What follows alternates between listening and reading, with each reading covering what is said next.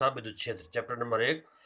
इसमें जो मूल बात है विद्युत आवेश के बारे में बताएगी, क्यू के बारे में। क्यू का मतलब होता है चार्ज।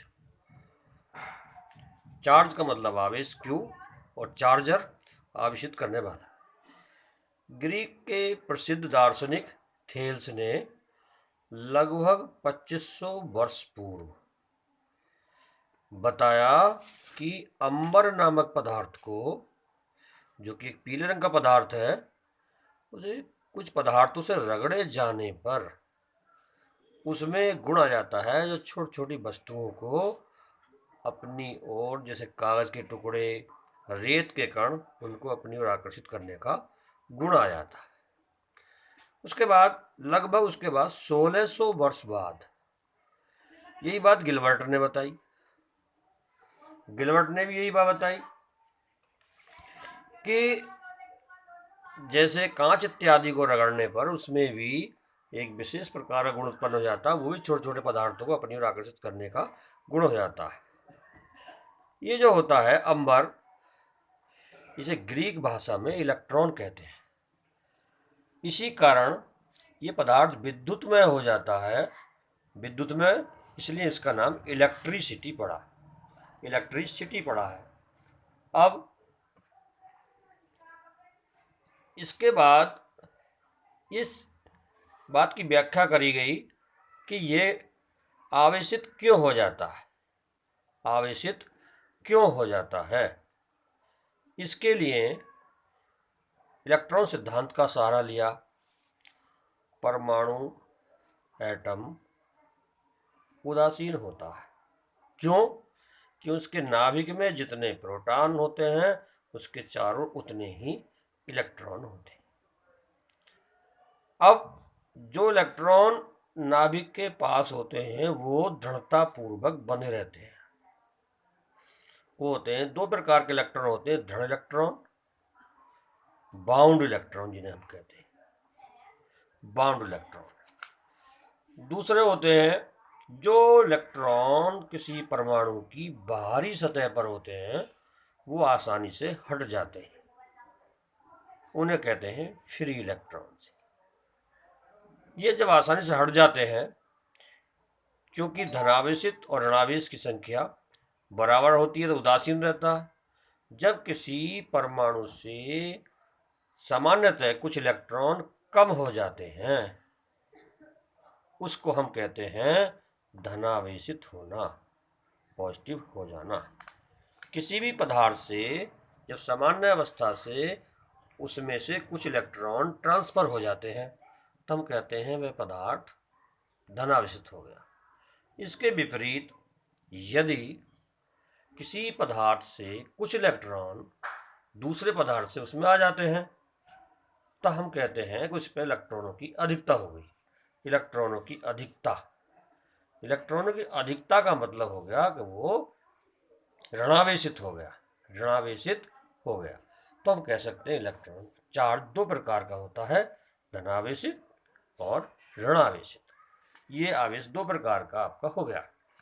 अब हम ये देखते हैं कि धनावेश और ऋणावेश, तो ये बात क्लियर हो गई। किसी वस्तु से सामान्य से इलेक्ट्रॉन हट गए तो धनावेशित, और इलेक्ट्रॉन आ गए तो ऋणावेशित। इसमें बहुत सारी बातें देखी हमने। यदि हम एक प्रैक्टिकली देखते हैं, जैसे बिल्ली की खाल, बिल्ली की खाल को फिलालेन से रगड़ते हैं तो बिल्ली पॉजिटिव हो जाती है, बिल्ली की खाल, और फिलालेन नेगेटिव हो जाती है। उसके बाद यदि हम फिलालेन को कांच से रगड़ते हैं तो ये पॉजिटिव हो जाती है, ये नेगेटिव हो जाती है। और यदि इस क्रम को कांच से रुई से रगड़े तो ये पॉजिटिव नेगेटिव। तो एक मेरे जो नोट्स है जो मैंने व्हाट्सएप करा उसमें दे रखा मेरे नोट्स में, एक क्रम है लगभग 10 पदार्थों का। आने वाले अपने पदार्थ से रगड़े जाने पर पहला पॉजिटिव और दूसरा नेगेटिव हो जाता। जैसे अंबर और गंधक है, उस क्रम में ये लिखा हुआ बहुत से पदार्थ हैं। इसे रगड़ते हैं तो अंबर पॉजिटिव नेगेटिव।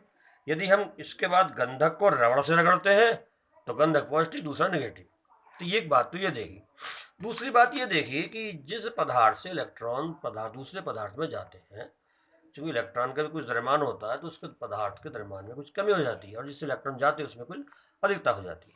साथ में दूसरी बात ये देखी गई कि ये एक ही पदार्थ को रगड़े आपस में, एक ही पदार्थ को, बिल्ली की खाल से रगड़ दें तो वो कोई सी भी खाल पॉजिटिव या नेगेटिव नहीं होगी, वो उदासीन ही रहेगी।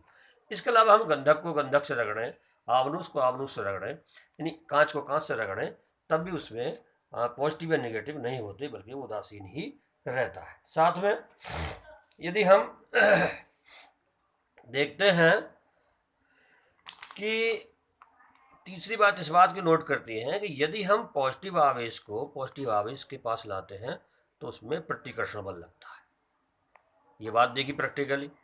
और यदि हम नेगेटिव चार्ज को नेगेटिव चार्ज के पास लाते हैं तब भी प्रतिकर्षण बल लगता है। तो हम कह सकते हैं कि सजातीय आवेश एक दूसरे को प्रतिकर्षित करते हैं। चौथी बात ये नोट करी गई, यदि हम विजातीय आवेश पास लाते हैं, सपोज पॉजिटिव नेगेटिव को साथ लाते हैं, तो उनमें आकर्षण बल लगता है, आकर्षण अट्रैक्शन फोर्स लगता है। बाद में कूलाम ने बहुत से प्रयोग करने के आधार पर इन आवेशों के बीच लगने वाले बल के आधार पर एक नियम दिया जिसे कूलाम का नियम कहते हैं, और उस नियम को उसने प्रतिपादित करने के लिए बहुत सारे प्रैक्टिकल करने के बाद देखा कि सजातीय आवेश या विजातीय आवेश, यदि हम बात करते हैं न्यूटन के गुरुत्वाकर्षण का नियम केवल वो आकर्षण का होता है, लेकिन आवेशों के बीच लगने वाला बल आकर्षण का और प्रतिकर्षण का, विद्युत बल दोनों प्रकार का हो सकता है। आवेश का मात्रक इसीलिए कूलाम रखा गया। अब यदि हम बात करते हैं कि छोटा मोटा न्यूमेरिकल आता है, चाहे तो इलेक्ट्रॉनों की कमी हो या अधिकता हो, तो उसके लिए एक फार्मूला होता है n बराबर Q बटा E, यानी कुल आवेश बटे एक इलेक्ट्रॉन के आवेश से हम इलेक्ट्रॉनों की कमी या अधिकता को ज्ञात कर सकते हैं। यदि हम कह सकते हैं किसी पदार्थ पर धनावेश है तो इसके इलेक्ट्रॉनों की क्या बताएंगे, कमी बराबर कुल आवेश बटे इलेक्ट्रॉन का आवेश, यानी हम कह सकते हैं Q बटा E, जहां E एक निश्चित संख्या है, E का मान 1.6 गुणा 10 की घात -19 कूलाम होता है। किसी भी पदार्थ से आवेश की मात्रा E के गुणांक में ही ट्रांसफर की जा सकती है या